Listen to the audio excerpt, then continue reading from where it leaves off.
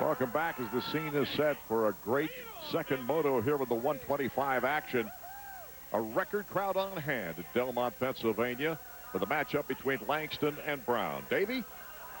Well, guys, down the starting gate, as we saw at the end of the first moto, tempers a little high between number 100 Mike Brown, number 111 Grant Langston. Remember, Langston only needs a third if Brown wins. By the way, Brown actually fell on the parade lap as if there's not enough emotions on the line. He falls over, gets himself muddied. This last one ought to be a doozy. Mike Brown has had to come from behind all season long. Grant Langston 6 points ahead, needs to finish third or better to win that championship. Mike Brown's going to need some help if he's going to pull off the third greatest comeback in 125 history after being down 59 points at the midway point of the season.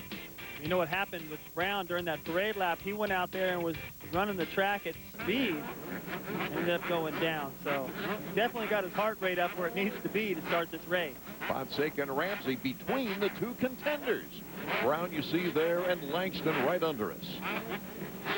Don't forget, Ricky Carmichael could play a part in who wins the championship here today. He's also on that 125. Board sideways. They're off and running for a championship.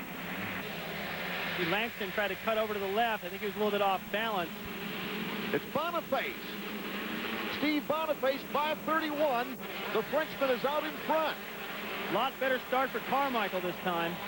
A great start for Carmichael, but Brown and Langston, where are they? Looks like Brown's about in 5th or 6th position as Boniface tries to pull away.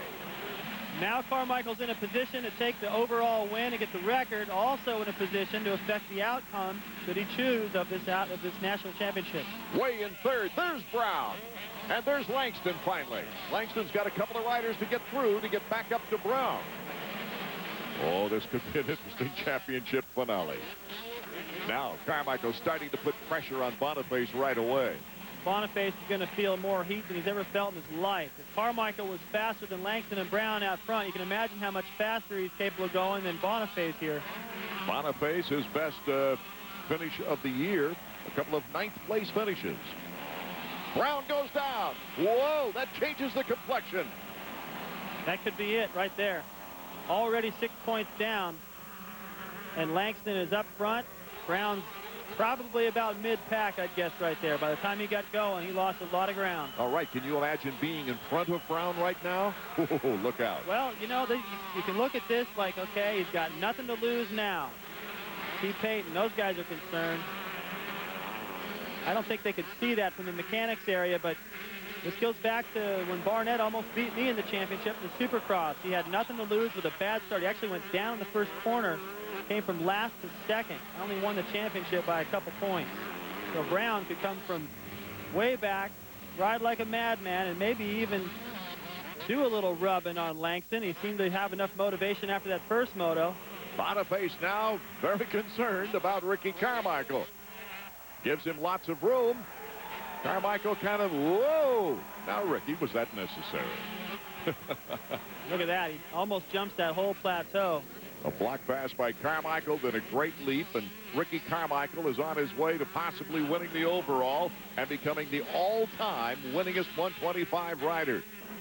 Currently tied with 25 wins with Mark Barnett on the all-time career list for 125 motocross. The first lap completed. Carmichael, Boniface, and now you see the gap between second and third. Here's Ricky set this up by staying about 3 feet lower over that plateau. But the block pass on Boniface pretty much got the pass made. All you really need to do is take the main line, but instead he takes him clear out to the tractor. But that's what Ricky does. He rides aggressive. Maybe he didn't like the way Boniface was holding him off. And right there he sent him a message, and now he's got the lead, and I don't see any way that anybody's going to catch him. The battle for third, Pingree, Ramsey, and then Grant Langston. This is a gift for Langston. All he's got to do is just stay on the bike. Even the further back in the pack they are, the better, because the point increments from first to second are 3, then it's 2 for a few spots, and then it's only 1. So he's got a 6-point lead. He should feel pretty safe right now. 3 or 4 riders and still no Brown. Davey? Steve, what happened to Mike over there? I missed it, Davey, but I heard on the radio that Nick Wade got a little bit sideways out of the corner, and he took Mike's front wheel from underneath him, and we just went down. But, you know, hopefully we can get back in there. I mean, Grant's fair way back as well, and we just need to try and get it in front as quick as possible. I noticed you got a little help that lap from an old GP competitor, Scott Sheik. He pulled over and gave Mike a wide berth. I didn't really notice that, Davey. This really complicates the formula for a championship. You got a lot of things going on. You know, Ricky's out front. He's not going to affect anything except possibly beating Mark Barnett's all-time record. But yeah, the rest of these guys are scattered. Langston, he just has to ride pretty smart. He's got teammates out there to surround him. Brown is coming up from the back. You got some guys letting guys by. It's a weird moto right now, and I'm not sure how this is going to play out, but if you're Langston, you got to feel pretty comfortable. Here comes Langston. He wants to make a move anyway. He's got Pingree, a teammate, in front of Ramsey. Look at Langston really using the whole track, try to create a line to get around. I don't think he'll have too much trouble getting around Pingree. Then again, Pingree might not realize that's him back there, trying to hold off Ramsey, and all of a sudden it'll be Langston if he can make his move. The rumor is Pingree is signed for Supercross with KTM, but so far no motocross.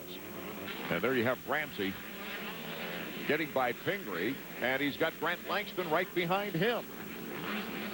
Well, Pingree just didn't get around that corner quick enough before the big plateau, lost 2 spots. So an interesting battle ensues for the 125s here at Moto 2. We'll be back.